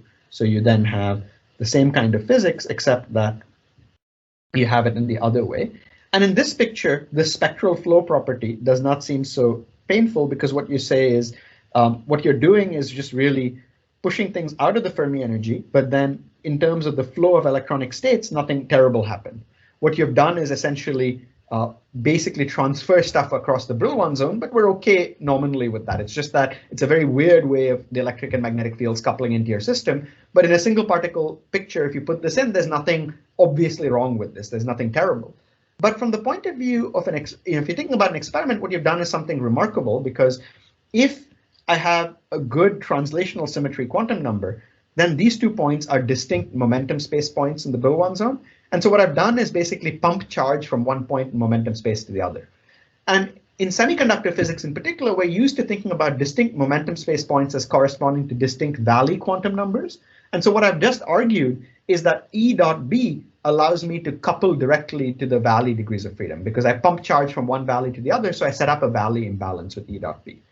And so that's the basic picture of what happens in a Weil semimetal. So in the high energy literature, you would say that d mu j mu left and d mu j mu right have these two independent pieces of physics. And if I combine these, you see that the electrical current is conserved, but the difference between the populations of the two valleys is no longer a good quantum number. It's no longer conserved in this theory. And so just to sketch what I did, this looks very mysterious in high energy physics because you have these two, but in condensed matter, it just says what you're doing is just transferring things in a perfectly consistent way between the Landau levels. The thing that makes it look fishy is because we forgot about the fact that there was a Brillouin zone and stuff was going on under the Fermi energy. But it tells you that you have to worry about the states below the Fermi energy because these things are convex. There's sort of a conveyor belt under the Fermi energy which carries electronic degrees of freedom from one end to the other. But okay, we can debate on whether this is complicated or simple, whatever. I kind of think once you've written it down in terms of condensed matter language, it doesn't look so bad, but that's, a matter of opinion. What's not a matter of opinion is whether you can ask if there are measurable consequences. That's something that has a yes and no answer. The problem is that if you want to see these kinds of effects, unlike in topological insulators, and this is something that I think Satyabrata asked yesterday, there's always this problem that you have bulk conductivity that could mask the topological signatures. So many people have talked about the fact that because of this effect, you could get an additional contribution to the magnetoresistance and negative magnetoresistance because the electric field parallel to the magnetic field. Now, really, these are a beautiful series of experiments by Huan Ong and others that have tried to circumvent the two difficulties in this problem, which is, if I have a magnetic field, I'm picking out a special direction. So one has to be a little bit careful about whether you should believe anything about that direction being special, because the magnetic field has already preferred it. So just because things are anisotropic in that direction, you may worry a little bit about this. So in fact, while Nielsen and Ninomiya predicted this many, many years ago, it was really Huan Ong and others who are very careful about how to think about this in the real material science setting. And I really suggest that looking at Huan has some beautiful talks that you can find on YouTube on this. And so you might worry that this may get dominated by other contributions that kind of make the problem more murky. So Huan has done very careful work in trying to understand why you can maybe make this a more robust signature. So I refer you to his work for that. There are other examples where, for instance, if there was the time reversal breaking in the Weil semimetal came from some magnetic ordering, you might expect that there's some magnon degrees of freedom that float around. And it turns out that the anomaly, because the magnons move around the Weil points, the Brillouin zone, there can be an anomalous coupling between magnons and plasmons.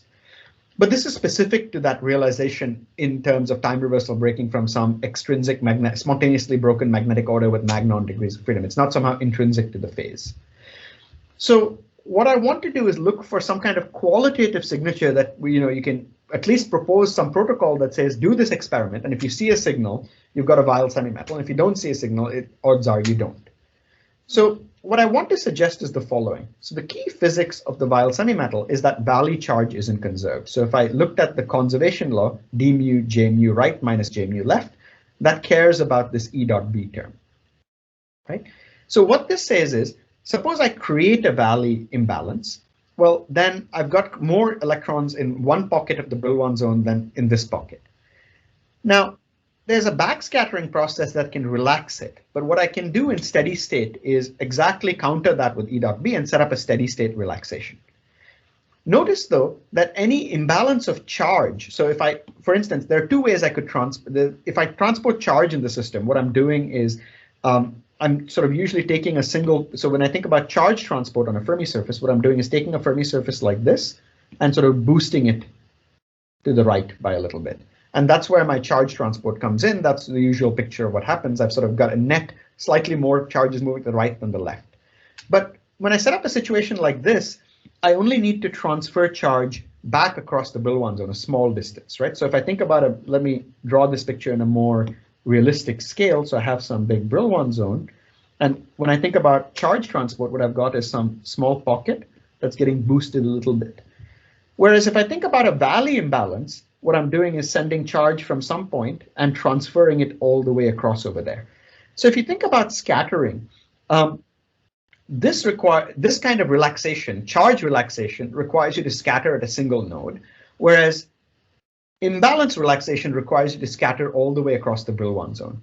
So if you have a system in which there's a mismatch of relaxation rate, so the valley imbalance survives for a lot longer than the charge imbalance, then in fact, you can argue that topological signatures can be obtained by using the anomaly to create some valley imbalance, which relaxes much slower than charge imbalance. And that, since only a topological system will allow you to generate these long-lived valley imbalance degrees of freedom, that provides a way of separating thermal transport from charge transport. So that's sort of a sketch that if I imagine creating a local imbalance of charge, across the Brillouin zones, I create a local charge distribution change versus a local valley distribution, I should expect to see that the valley decays on a much longer time scale than longer length scale than the charge.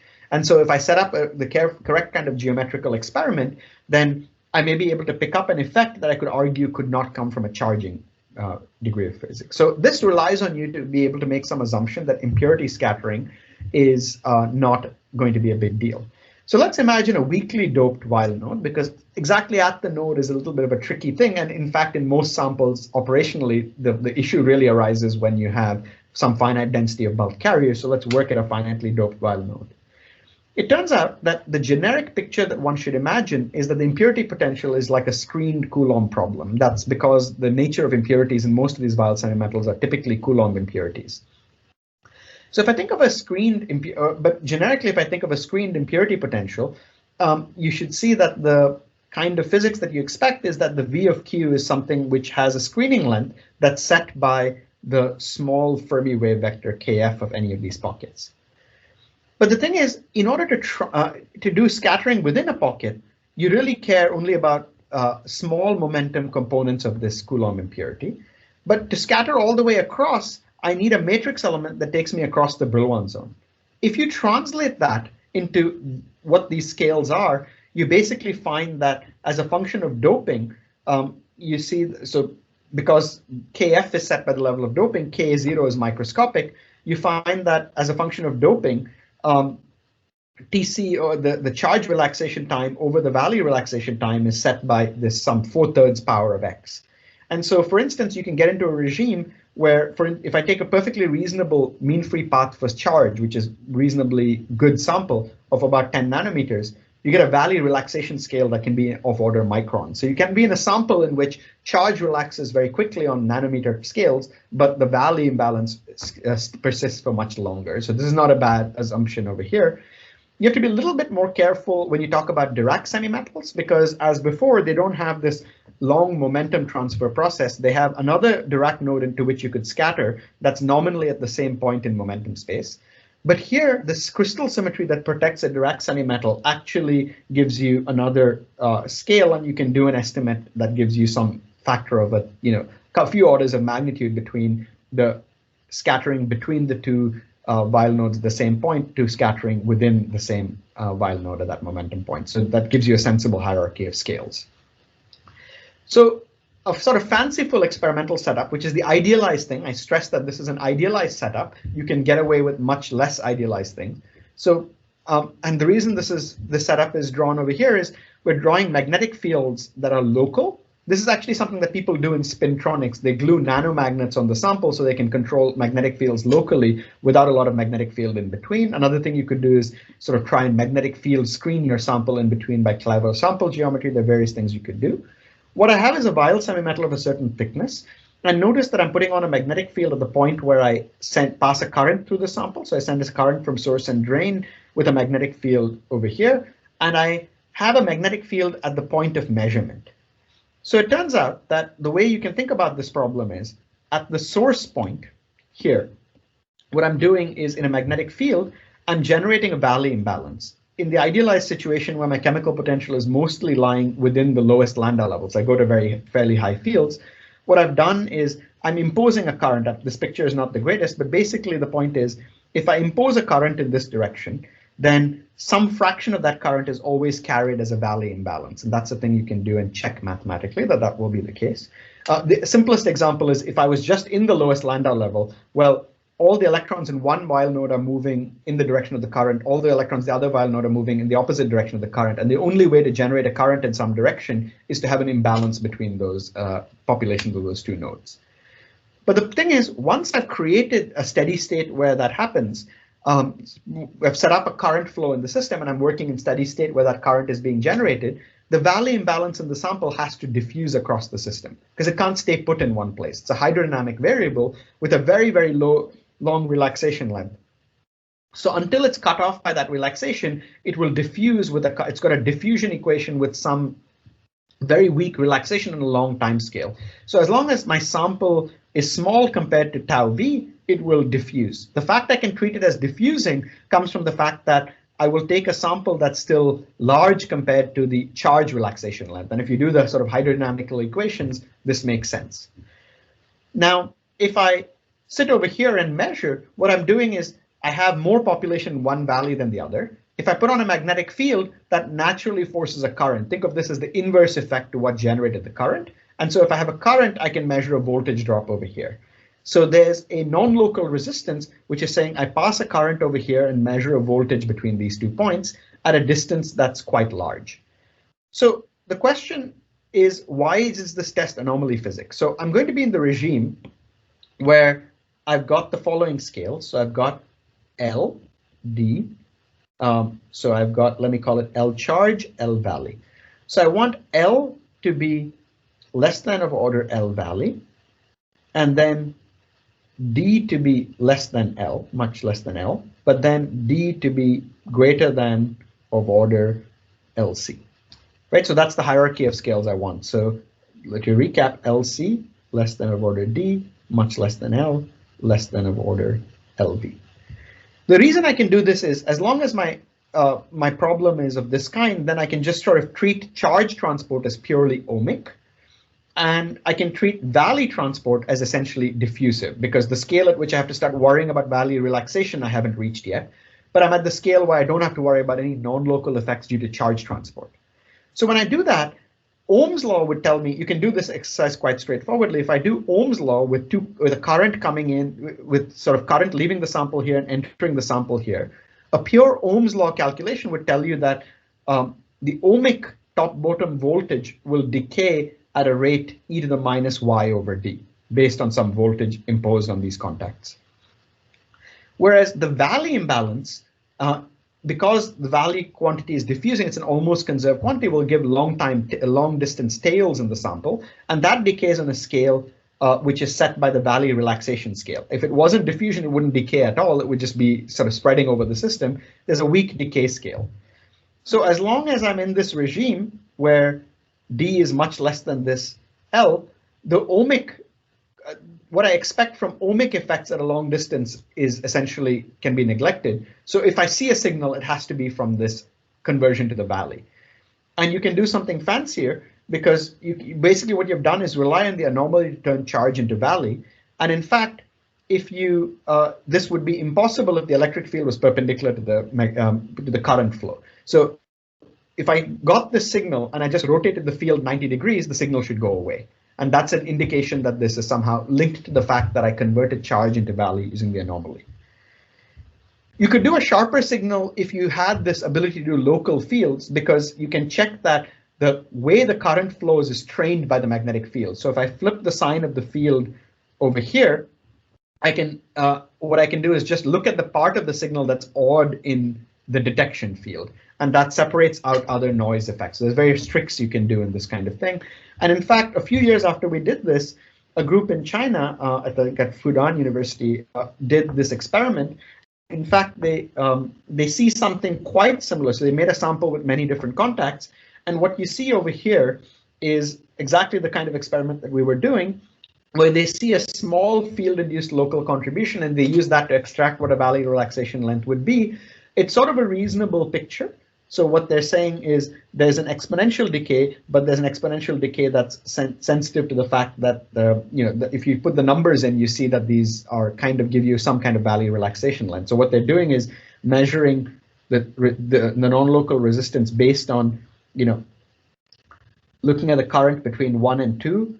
So R12 is just the current between these over the voltage. So they always pass a current, and then R12 is the voltage drop between these two contacts relative to the current. R34 is the voltage drop between these two contacts respect to the current, 5, 6, and so on. So what you see here is that as you go away, things do decay exponentially, but notice that the sign of the resistance is different from what you see in R12, which sort of indicates the right physics. So what I didn't point out is that the signal changes based on BD, but if you work out the thing, there's an overall minus sign for this resistance. So it's also a negative MR type contribution if you work out the details. But I would stress that this is not an experiment that I can say 100% has seen this effect. There are other explanations, and there's sort of more things that one ought to do to rule out other alternative explanations. Just a hint that experiments of this kind can be useful. So I think I was going to say a bit more, but I think actually this is a better place to stop, because I think this sort of is a place that maybe people have some questions, and we're right up at the end of time. So maybe let me stop there and take questions. Okay, so let me just go straight to my summary slide, and we can come back. So basically what I've done today is talk about signatures of topological semimetals in zero field. First, briefly, give you a back of the envelope calculation of the quantum critical conductivity, explain why ARPEs and Fermi arcs can give you some indication that these are anomalous, talked about quantized anomalous Hall response, and pointed out that this requires some extra knowledge or some understanding of symmetry that may not be the easiest thing. I went through a detailed calculation of the Landau level structure of the Weyl semimetals, talked about non-local orbits associated with Fermi arcs and their signatures in quantum oscillations and AC and DC conductivities. And I closed with a discussion of magnetotransport and non-local response driven by the bulk chiral anomaly. And the basic idea there was to use the chiral anomaly to convert charge currents into long-lived valley currents and let those valley currents decay on a long time scale, using that to separate out the anomalous contributions from sort of local charge conductivity contributions that are present in any metal. So let me close with that and take questions. Thanks, Sid. It's an excellent talk. Any questions?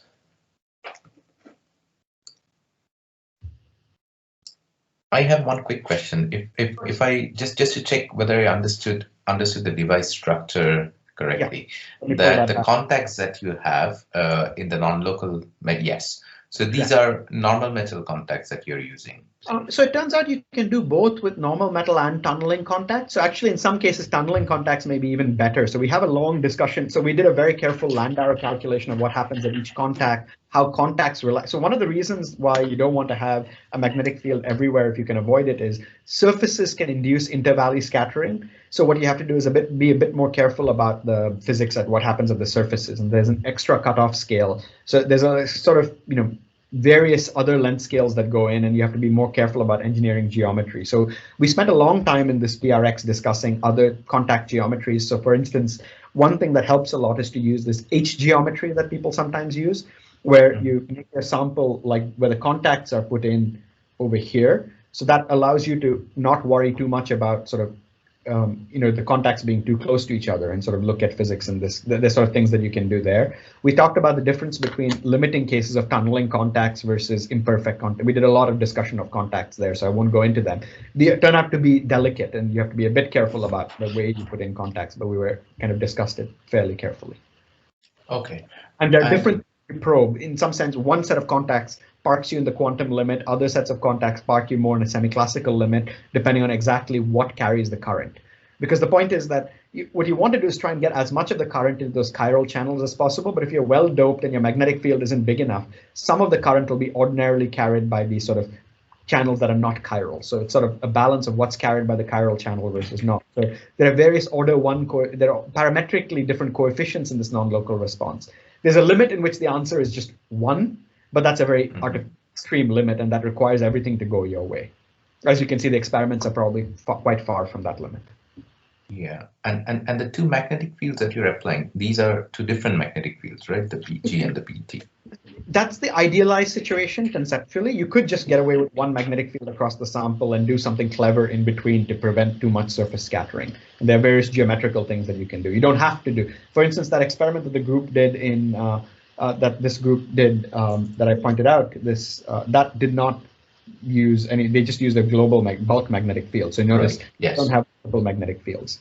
So you can get away with it. It's just that other effects. So for instance, the value relaxation in that limit could come from other sources. So the point is there's another source of value relaxation, which has to do with the fact that once you have a magnetic field, you don't have any protection on the surfaces. So if your electron diffuses to the surface, at the surface, it can get converted to the other value and come back. And so then you have an extra scale. You can't be much bigger than something that's a field dependent scale that tells you how long does an electron take to diffuse to the surface, and then at the surface, how long does it take to scatter. So there's some matrix element that you get, so the field enters that calculation. Does that make sense? So you have to do an extra scatter rate due to surface scattering that comes into that discussion. So when you say, so I'm just wondering, when you say the magnetic fields are not very large, what do you mean? I mean, like what kind of magnetic fields that you would consider are required for this? So order 10 Tesla fields as in this experiment. Oh, so that's pretty large, right? 5 Tesla yours. Yeah, 5 to 10 Tesla fields is what you need to get a lot of the physics. I mean, it's high field physics, but again, it's hard to predict exactly what magnetic field because it depends again on sample quality, right? So if you're doped more, you get some more protection because of the Coulomb screening, but then you pay for it because you have to go to higher magnetic fields to park yourself in the quantum limit. So it's just, there's a delicate thing on exactly which experiment, which magnetic field. There are sort of semi-classical versions of this that you can get away from it, but then you require more stringent conditions on sample purity. So it's sort of one of those things where what fields at which you see things. It's like quantum Hall. If you have a very good sample and if you're lucky, you see it at low fields, but certain effects require to go to high fields. So it's not something one can answer on a sample independent. It's not just material. It's a very dependent material, but it can also depend on the sample. Yeah.